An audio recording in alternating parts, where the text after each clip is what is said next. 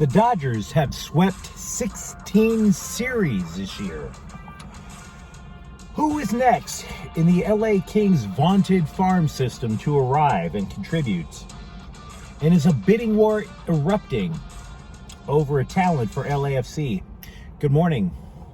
I'm James. This is your daily dose of sports and snark for the greatest sports city in the world, Los Angeles. This is Faithful Angelenos.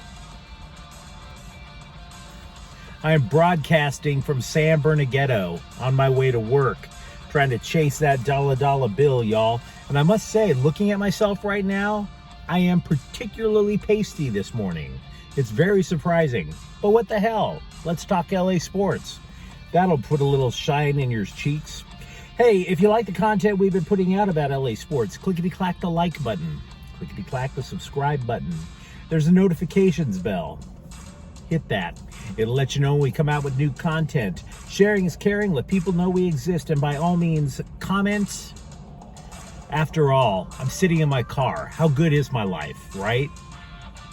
Now, before we get to the news and notes, let's take a look at the scoreboard. Yesterday, Miami was like, you know what?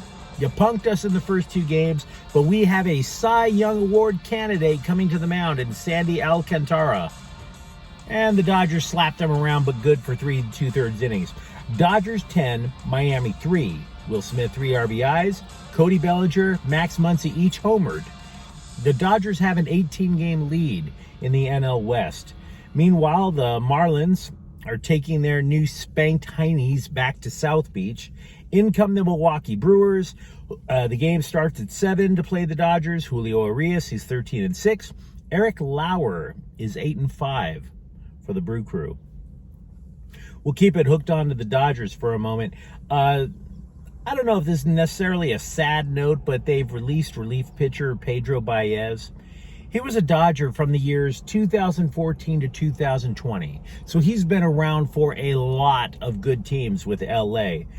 Then after that, Houston signed him. He was a bust out there. Then he was cut. The Dodgers tried to take him back, put him in the minor league system. He was a power pitcher. Sometimes had control issues, but he's 34. He hasn't adjusted his game, and the velocity's going down. So, hey, it's a tough business. Speaking of the Dodgers and the Astros, if you have a chance to see the Chicago White Sox this year, speak well of A.J. Pollock. He wound up going to the White Sox after he finished his career in Dodger Blue. He catches a fly ball on Wednesday from Astro strugger Yuli Gurriel. Now, aside from cheating, Gurriel is famous or infamous because he was caught mocking former Dodgers starting pitcher Yu Darvish. It was an Asian racial gimmick, the whole, his eyes are skinny and what, that kind of BS. So anyway, Gurriel flies out to Pollock. Pollock catches the ball. Quote Pollock, F-U-B. F-U-B. You know what the F means, you know what the B means. And yes, I agree. F him. How would you like to be called out for racist jokes and then find out later on that, hey, I'm not just a racist, but I'm also a bold, bald, lying ass cheater too. Racist and cheating. Hey, ladies on Tinder out in Houston, he might be single. Anyway. NHL.com listed the 5 top prospects for the Los Angeles Kings. Now, the bottom line, looking at those 5 prospects, you still got to be patient. You compare the ones that are coming up to the rosters that are being made out for the LA Kings that I've seen from multiple media outlets, and none of these 5 prospects are in line to make the opening night roster. For example, the number 1 prospect in the LA Kings system now is forward Alex Turcotte, but he's been too injury prone. So even though theoretically, if he was healthy, he would have a shot this year, he's still got stuff to prove. Defenseman Brant Clark could sneak in. in that LA is looking for a left-handed defenseman.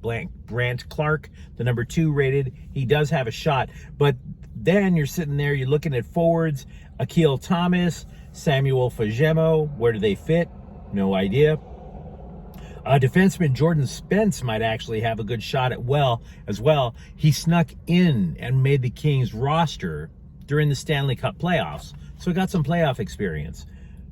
Now, as a side note, out of all these prospects that you've been hearing about for years, consider this a make or break year for Gabriel Vilardi. He was once considered an elite prospect. Last year for him was a disaster.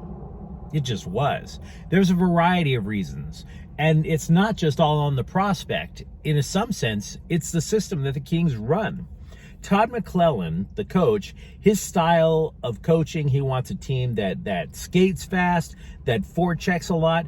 Neither of those two skills is in Gabriel Vilardi's skill set.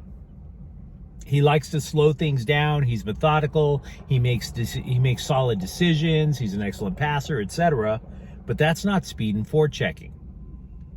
So is he the odd man out simply because he doesn't fit? A couple of days ago, we mentioned that Premier Club Brighton was going to put in a bid for LAFC midfielder Jose Cifuentes. Now we're getting reports from British outlets that 3 Premier League teams are trying to basically escalate a bidding war. It's not just Brighton. According to The Sun, you can add Leeds and Newcastle United to try and go pry the Escadorian from the black and gold. Now here's the deal. You do look at soccer as a thing where you take young prospects like Cifuentes and you try to flip them and make a little profit on that. We all understand that. Having said that, LAFC has put a lot of effort into adding strikers, just one after the other. And they added a defenseman in Giorgio Chiellini. Who would you have to replace Jose Cifuentes if you sent him off to Britain? And you might be sitting there going, well, it doesn't matter, the transfer window. Nope, it's not. The transfer window in the Premier League is open until September 7th. You would lose a critical playmaking midfielder if that were the case. We mentioned yesterday that tight end Kendall Blanton, who started in the Super Bowl for the Rams, was cut yesterday. Well, he's already landed another gig. He was claimed by the Washington Commanders. Also, we all know that the Rams don't play a lot of starters during the preseason. So it's made a path for undrafted free agent wide receiver Lance McCutcheon. He's a candidate to make the roster because he has played in both preseason games and he's been productive in the course of 2 games, adding up the stats combined, 10 receptions and 2 touchdowns. Meanwhile, for the Chargers, running back Isaiah Spiller turned an ankle versus Dallas. Coach Brandon Staley said it's not considered serious, but a turned ankle can cost you some time. Usually, it can cost you anywhere from 2 weeks to a month, depending on the severity. We have 3 more training camp days for UCLA football.